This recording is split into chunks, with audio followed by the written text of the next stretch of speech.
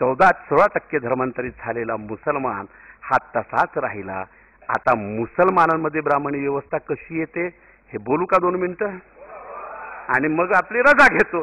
कारण हिंदू धर्मातील ब्राह्मणी व्यवस्थेमध्ये बोलत असताना मोठ्या टाळ्या पिटतो आपण, ये जोशी कोठेच्या, पांडे कुठेच्या, आणि आमचे काझी, आमचे सय्यद, तुम्ही नाही हो, इथं बसलेले नाही, जे असतील ते, नाही तर इक्बाल मिन्ने अंगावर यायचे.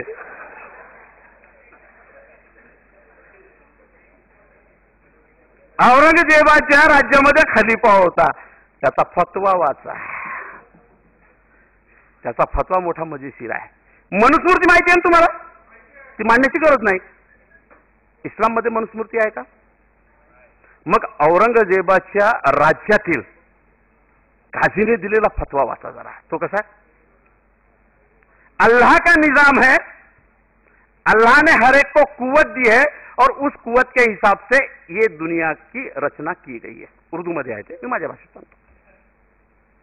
यानी कैसे? यानी अल्लाह ने जिसको बढ़ाई बनाना था उसको बढ़ाई बनाया, अब फर्ज बोल के उसने बढ़ाई से आगे नहीं जाना चाहिए.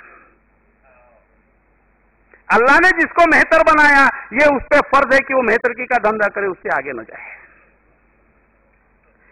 अल्लाह ने तुम लोगों को कारागिर बनाया, ये उसकी मर्जी है, अब कारागिरी के आगे नहीं जाना चाहिए क्योंकि वो तुम्हारा फर्ज है. और अल्लाह ने औरंगजेब को बादशाह बनाया, उसकी खानदान बादशाहत देती रहेंगी, मड्डी भी होंगे तो चलेगी, लेकिन त्याचा पुत्र हा राजा, क्योंकि ये अल्लाह की रचना है. ही ब्राह्मणवादी व्यवस्था इस्लाम मध्ये भारतातच आली केव्हा, हा मुस्लिम मराठी साहित्याचा विद्रोहाचा विषय राहणार आहे की नाही राहणार आहे. अरे उत्तर प्रदेश मध्ये आजही मुसलमान ठाकूरच्या इथं गरीब मुसलमान बेगार म्हणून काम करतो. काय म्हणता तुम्ही? आजही पासी नावाची बिरादरी आहे बिहारमध्ये. मी जाऊन आलो, 31 दिवस आंदोलन चालवलं पासींचं.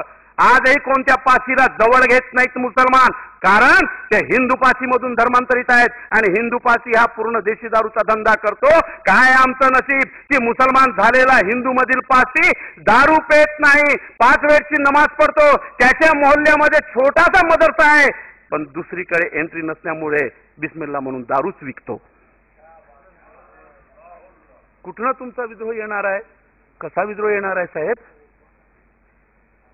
ते इक्बाल पेंटरनं मांडलं ते खोटं नाहीये.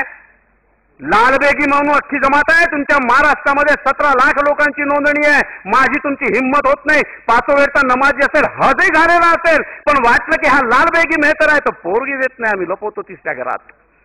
कुठनं येणार मुसलमानी विद्रोह आणि कसा येणार? पठाणसर हा मराठी साहित्याचा विषय असला पाहिजे की नसला पाहिजे? भांडे लपून ताकानाला जावाय का आपण? म्हणजे ब्राह्मणवादावर उडी मारावी, ब्राह्मणावर उडी मारावी, आणि आमच्या ठेचत राहतील तर काय होते? हमारे वाले कलमावाले. या महाराष्ट्रात एक तरी मस्जिद अशी ज्याचं भांडण कोर्टात नसेल? एक. आता अल्लाचं न्यायालय तर आहे, कुठं आहे ते नंतर बघू. ह्या देशी न्यायालयामध्ये 5-5 झगडे, 6-6 झगडे. हा सेक्रेटरी त्याच्या अंगावर, तो सेक्रेटरी त्याच्या अंगावर, तो त्याच्या अंगावर. नमाज पडायच्या आधी भांडण आणि नमाज झाल्यानंतर कपडे फाड. मग हा विषय ते लढाईचे विषय तुमच्या साहित्याचा विषय झाला पाहिजे की नाही? की मोहम्मदा तुझ्या काळात मस्जिदींनी इतिहास घडविला आणि इतिहास घडविणाऱ्यांनी घडविले मस्जिदे. आता दुर्दैव की तुझ्या मस्जिदा हे लढाईचे आखाडे झालेत. जो त्यांचा तो मुसलमान झाला आणि जो त्यांचा ऐकेना तो काफिर झाला. कसं मुस्लिम मराठी विद्रोह येतो? म्हणजे नाही बोलायचं का? मुसलमानांच्या कपटीपणाबद्दल बोलायचं नाही का? इधर क्या है, काय को बोलने का, सब ऊपर है ना. ठीक नाही बोलायचं का? चुकीच्या फत्यांबद्दल बोलायचं नाही का? आपण बोलू ना. टीव्ही वरती पाहिलं ना IBN 7 हजला जाण्यासाठी 1-1 लाखांची रिश्वत घेताना लाईव्ह मध्ये दाखवलं. एकही मुस्लिम मराठी साहित्यिकांनी लिहिलं नाही त्याच्यावर. कुठं फाटते आमची? मग विद्रोह कशाला म्हणतात? विद्रोह कशाला म्हणतात? अरे इस्लामने सगळे धार्मिक एजंट बाजूला सारून अल्लाह आणि बंद्यामध्ये, अल्लाह रसूल आणि बंद्यामध्ये केवढं चांगलं सुसंवाद साधलं हो. तो विद्रोह कुठं आणि हा विद्रोह कुठं? लंगर लावलं सुफी संतांनी. मी ख्वाजा गरीबुन नवाजचा पूर्ण इतिहास वाचत असताना ते चमत्कार वगैरे ते सगळे भानगडी नंतर बघू, त्यानंतर बघू. पण सामाजिक क्रांती केवढी मोठी केली त्या माणसानं. अहो, पश्चिम बंगालमध्ये गेल्यानंतर 13 लाख लोकांना त्यानं मुसलमान केलं. मुसलमान करत असताना तू जन्नत में जाएगा असं नाही म्हटलं. या सुफींनी असं नाही म्हटलं जन्नत में जाना है तो इधर ही चाहा. त्यांनी म्हटलं की अल्लाह ने बंदे पे जो फर्ज अदायगी की है वो अदायगी निभाना यानी खुदा की पहली इबादत है. मन अराफा नफ्साहू फकद अराफा रब्बहू. हे फार मोठं फार मोठं फार मोठं. मन अराफा नफ्साहू फकद अराफा नफ्साहू है मुसलमान, जिसने जाना दिल अपना उसने जाना रब अपना. ही मांडणी सुफी संतांची आहे. पण ते क्रांतीनं जातं, सामाजिक क्रांतीनं. लंगर लावले, जेवायला व्यवस्था नसायची गरीब दलितांना, आदिवासींना, तेव्हा लंगर लावलं. लंगर लावत असताना जे जे तुकडे जिथनं भेटतील, जे जे अन्न जिथनं भेटेल ते शिजवलं आणि म्हटलं की खा. खात असताना त्याच्यातला पहिला तुकडा स्वतः खाल्लं की त्याच्यात विष नाही आहे हे दाखवलं. मी स्वतः खातो आणि नंतर म्हटलं की ये थाल में डालो न सब बैठो. भारतात सामाजिक क्रांतीची बीजे या सुफी संतांनी कशी पेरली हे तुम्ही मांडणार आहात की नाही? मुस्लिम सुफी संत तो मोठा ज्यानं गणपतीची आरती केली, तो मोठा. मग त्याच्यावर लिहिणारे आमचे संत साहित्यातील अभ्यासक अधिकच मोठे. काय करणार आहोत आम्ही? कशी मांडणी करणार आहोत आम्ही? कशी मांडणी करणार आहोत आम्ही? काय भीतीचं वातावरण होतं सर.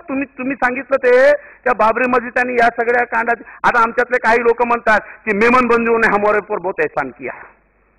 बोले कैसे?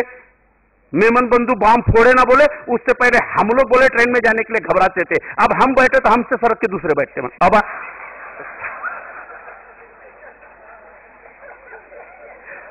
ही मोठी गंमत आहे. असा विद्रोह नको, हे अंगावर येणार विद्रोह आहे. असा विद्रोह नको. पण ती भीती किती भयानक होती सर. गावचे वारे फितूर झाले, वेशीवरचे देव अन दर्ग्यातील पीरही जातंद झाले. आता करावी शहराकडे कूच म्हणतो, बोटाला घट्ट पकडून लेकरू म्हणतो, अब्बा आहेत अजूनही 4 खांदे शाबूत इथे, शहर तर केव्हाचेच करबला झाले. हा सगळा मुस्लिम मराठी साहित्यातील वसा आहे. वेळ पाहू जाता 3 वाजलेत. आपण सगळ्यांची रजा घेतो. सर आपले खूप आभार. इतिहासात खूप नवीन मांडणी करण्याची गरज आहे, अत्यंत ताकदीनं मांडण्याची गरज आहे. बघा, मुसलमानी लोकांनी जे विद्रोह पेटविलं ते मांडण्याची गरज आहे. कारागीर, मी 1-2 शब्द बोलतो. या भारतातील कारागिरी व्यवसायाला फार मोठी मदत मुसलमानी लोकांनी केलेली आहे. मी मुसलमानी शब्द हे जाणून बुजून वारंवार उच्चारतो, कुणाची तरी जळ आली पाहिजे खालून म्हणून मी वारंवार उच्चारतो की मुसलमानी मराठी साहित्य, मुसलमानी विद्रोही साहित्य आलंच पाहिजे. ते मुसलमान म्हणून जगत असताना ज्या यात्रा आम्हाला भोगाव्या लागतात ते आम्ही मांडणार. आणि मांडत असताना आमचं व्यक्तिमत्व, आमचं साहित्य उभं होत असताना मुसलमानी मराठी साहित्य हे मांडणं आवश्यक आहे. तोपर्यंत जोपर्यंत विश्व मराठी साहित्य संमेलनात एक मानाचं पान मुस्लिम मराठी साहित्याला जोपर्यंत मिळत नाही तोपर्यंत मुस्लिम मराठी साहित्य हे मांडणं गरजेचं आहे. आपले पुनश्च आभार, आपले आभार. आणि तरुणांना एक विनंती की तुम्ही ताकदीनं लिहा, कारण मुस्लिम मराठी साहित्य परिषदेला चांगले दिवस येत आहेत. एक चांगली घोषणा इथं झालेली आहे. मुस्लिम विद्रोही साहित्य आणि संशोधन करण्यासाठी 50,000 रुपयाची स्कॉलरशिप मुस्लिम समाज प्रबोधन संस्थेनं घोषित केलेली आहे. हे चांगली घोषणा आहे की मुस्लिम विद्रोही साहित्य आणि संशोधन करण्यासाठी ₹50,000ची स्कॉलरशिप जाहीर करीत आहे. हुसेन जमादार यांच्याशी संपर्क करावा. मुस्लिम समाज प्रबोधन संस्था कोल्हापूर यांनीही केलेली आहे. दुसरं, मुस्लिम मराठी साहित्य परिषदेची योजना आहे की चांगले विद्रोही साहित्य प्रकाशित करायची आणि विखे पाटलांनी 5 लाख दरवर्षी संमेलनाला आयोजन करण्यासाठी घोषणा केलेली आहे. मला वाटतं हे जे 5 लाख रुपये मिळणार आहेत त्याच्यातले 1 किंवा 2 लाखच संमेलनावर खर्च करायचे, बाकी लोकल लेवलवर लोकांनी खर्च करायचे. पण दरवर्षी 3 लाख जरी आपण वाचवलं तर मुसलमान निश्चितच वाचतील, याच्यात काही शंका नाही. कारण प्रकाशक मिळत नाही,